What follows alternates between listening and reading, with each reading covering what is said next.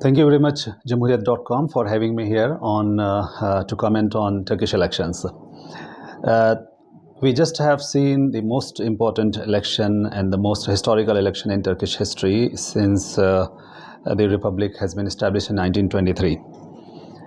The importance of this election is that the incumbent president, Mr. Recep Tayyip Erdogan, has been re-elected once again, and he is going to be the longest serving president in the Turkish history.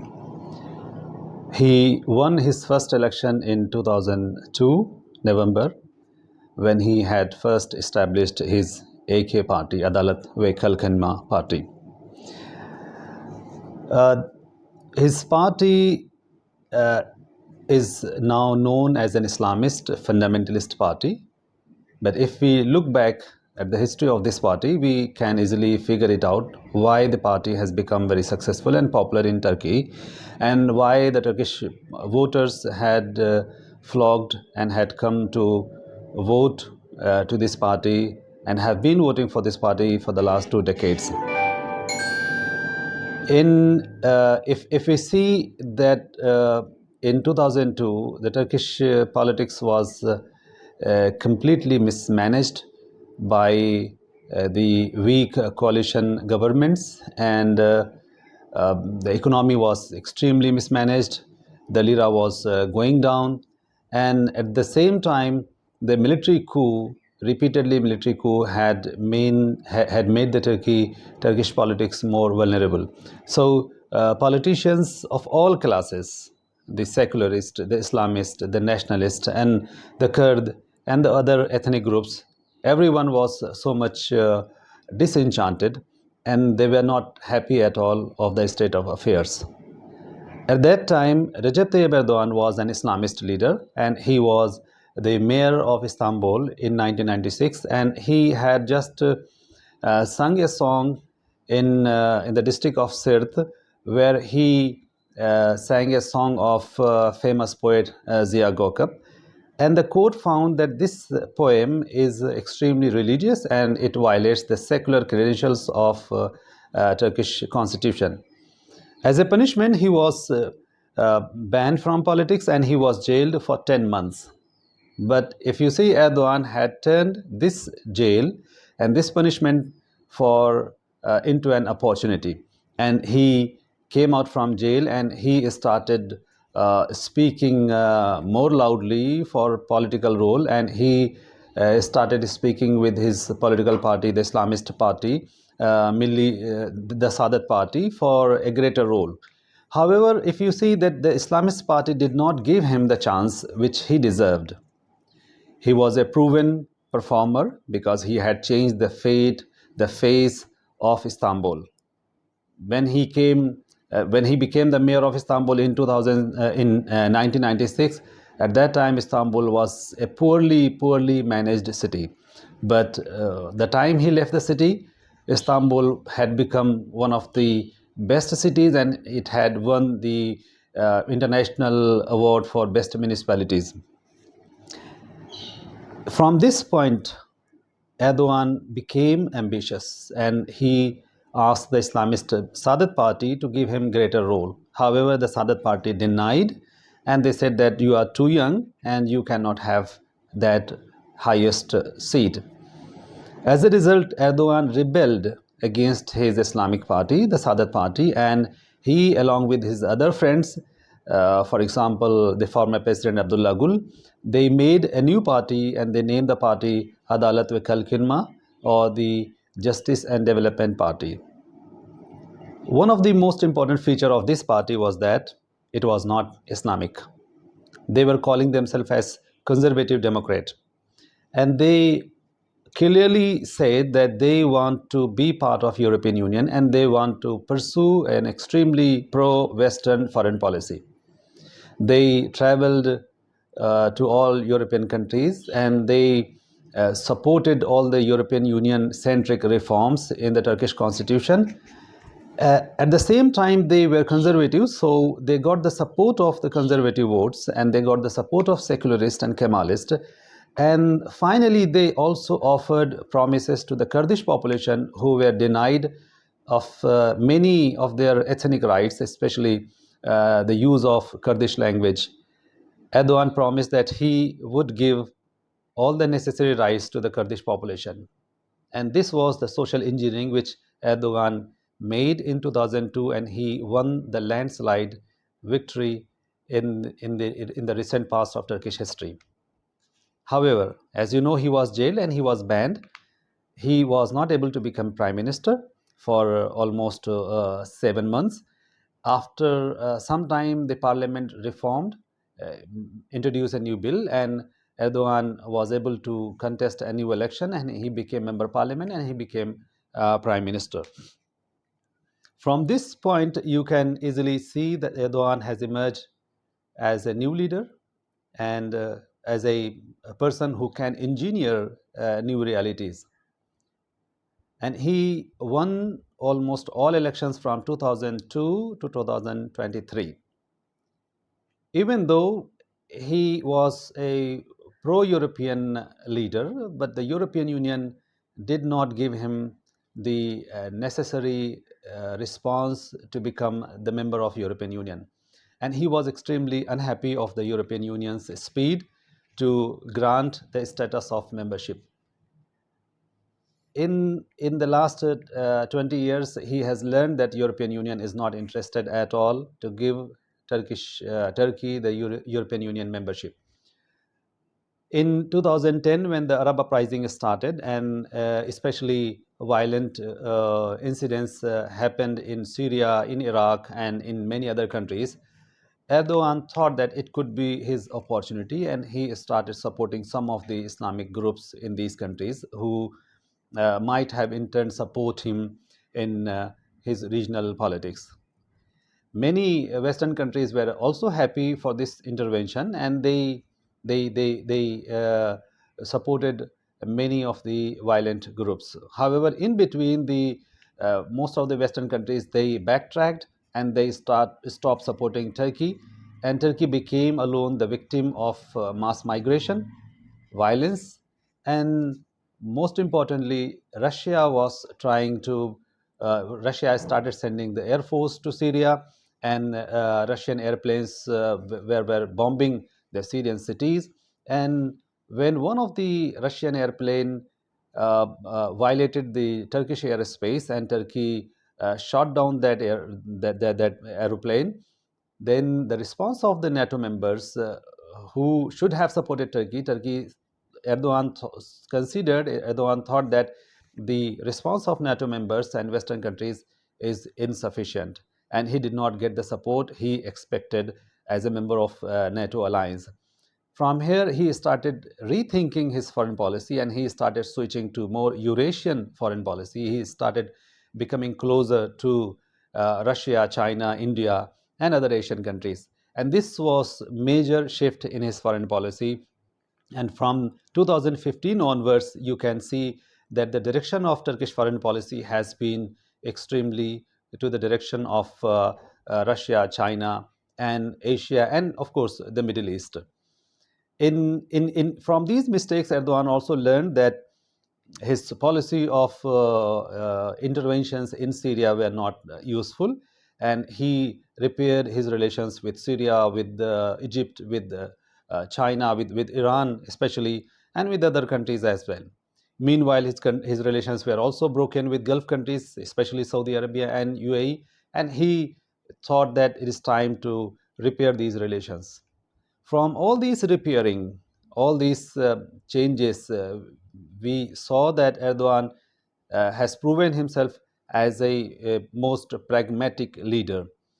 He then, with a new kind of foreign policy, he also supported the defense industry in his country, which produced multiple forms of drone systems, which have been now working in many countries, including Libya, Syria, Azerbaijan, and Ukraine. And of course, they have changed the direction of the war, the outcomes of the war, especially in Ukraine and in Libya and in Syria.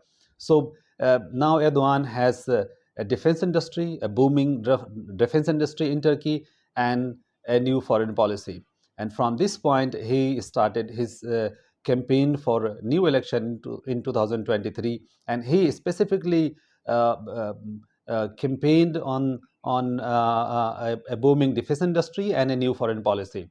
And he tried to show that under his leadership, Turkey can be self-sufficient, self-reliant, and can achieve new technologies as well. On the other side, the opposition leader Kemal Kılıçdaroğlu, who was one of the best Kemalist leaders, and he comes from the old generation of Kemalists. He challenged Erdogan on economic issues. Of course, Turkish economy was in very bad shape, and Kemal Kılıçdaroğlu's criticism were very precise and very incisive, and everyone thought that this is the best time the opposition can defeat Erdogan. In this election was important because the entire Erdogan opposition was united, and they introduced just one candidate, Kemal Kılıçdaroğlu, as the joint candidate. However, the joint candidate had many challenges. One of the important challenges was that he was trying to combine many forces which were contradictory to each other. For example, he tried to combine the Islamist versus Kemalist. Kemalist always believed that the ban on headscarf is necessary. Secularism, the extreme form of secularism, is also necessary. On the other hand, Islamist thought that ban on hijab was wrong. For example, he tried to combine the nationalists and Kurdish people. The nationalists were always anti-Kurdish, and they denied that other than Turkish language there should not be any other language, and they also opposed the Arabs and other ethnicities. So it was very difficult job for Kemal Kılıçdaroğlu to combine all these contradictory forces in just one coalition. However, he managed somehow. For the first round, he got 46% support vote, and Erdogan got 49.5%. So he missed his first election just by 0.5%, and he could not win the election in the first round. However, he won the majority in parliament, and his members, they are now dominating the parliament. So there was a message to the people that Erdogan is the winner because he had got the majority in the parliament. His party is now going to rule the parliament. Now, if they give the vote to Kemal Kılıçdaroğlu, it means that there is going to be a tension between the parliament and the president, because if Kemal Kılıçdaroğlu becomes a president, it means that he is going to fight with a parliament which is dominated by the AK party. So people started rethinking their position. At the last stage, Kemal Kılıçdaroğlu thought that he can be ultra nationalist, and he can introduce a new domestic politics, especially based on nationalism. So he started using very aggressive language against the Arabs and against the immigrants in Turkey. This could not be received very well by the Kurdish population, and the Kurdish population started backing out from Kemal Kılıçdaroğlu. As a result, Kemal Kılıçdaroğlu was defeated in this election, and the result is that Recep Tayyip Erdogan is now again the president for the next 5 years. Here, some of the important features which we have to understand is that what is going to be Erdogan's foreign policy. As I said that Turkey is a NATO member. It means that Turkey is an officially recognized Western country, a pro-European country, even though it is not part of the European Union, but it is a Western country. Constitutionally, it is a secular country. However, Turkey is now ambitious to become part of greater Asian community. It is very much interested for Shanghai Cooperation Organization. It is very interested into BRICS. It is also interested in South Asian Regional Organization. It is also very interested in Gulf Cooperation Organization, in Arab League, in Africa, and other non-Western regions. In the last 20 years, one of the best achievements of Erdogan has been the diversification and expansion of Turkish foreign policy into non-Western spheres. For example, the Turkish relations with India have improved, and the Turkey-India trade have reached almost $12 billion, which is quite historic development. From this perspective, we can understand that Turkey under Erdogan is going to continue his foreign policy for having closer and deeper relations with Asian countries, and it will maintain the official good relations with the West as well. So, for security purpose, it will remain connected with the West, especially with NATO. But for economic reasons, he is going to have very good relations with all Asian countries. At the same time, Turkey also has become quite ambitious, and its defense industry, as I said, has been expanding. So, Turkey would like to become an exporter of defense products to all over Asian countries. Now, you can see that Turkey has been a good exporter of defense things to Pakistan, to Bangladesh, and even it has good relations with India, and of course Indonesia and other countries are also on the list. So it means that uh, under Erdogan, Turkey is going to have a foreign policy which is quite ambitious, and uh, Erdogan wants to have a greater role. For example, he always says that the world is bigger than five, which means that he always advocates that Turkey should be part of the United Nations Security Council. So an ambitious Turkey would like to be member of many international organizations, many international initiatives. So, if we see the changes which he has taken into his foreign policy, for example, the introduction of new cabinet, so he has appointed very experienced foreign minister, a former military chief as his defense minister, and a former very successful minister again as a finance minister. It means that Erdogan is going to have a very strong, very active tenure in the next 5 years. So, in all these changes, what are the opportunities which India can have and India should have? India has been extremely good country and very good friend of Turkey for almost hundreds of years. Culturally, civilizationally, they have been very close to each other. India was one of the fewer countries which had sent forces to support Turkish war of independence. Even during the Ottoman time, when Turkey was defeated by Russia, defeated by in Balkan as well, Indians had sent medical help and financial help to their Turkish brothers. This makes a history between two people, the Turkish people and Indian people, and they have very close relations. If you see, uh, Indians are hosting many graveyards of Turkish soldiers in India. Similarly, many Indian soldiers are buried in Turkey, and these are some emotional sides of India-Turkey relations.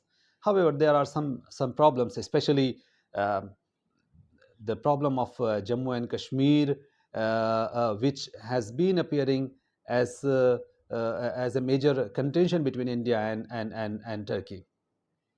Turkey considers that Pakistani perspective on Kashmir is right, and it has been supporting Pakistani side, Pakistani view always. And sometimes it has taken very active position on international platforms.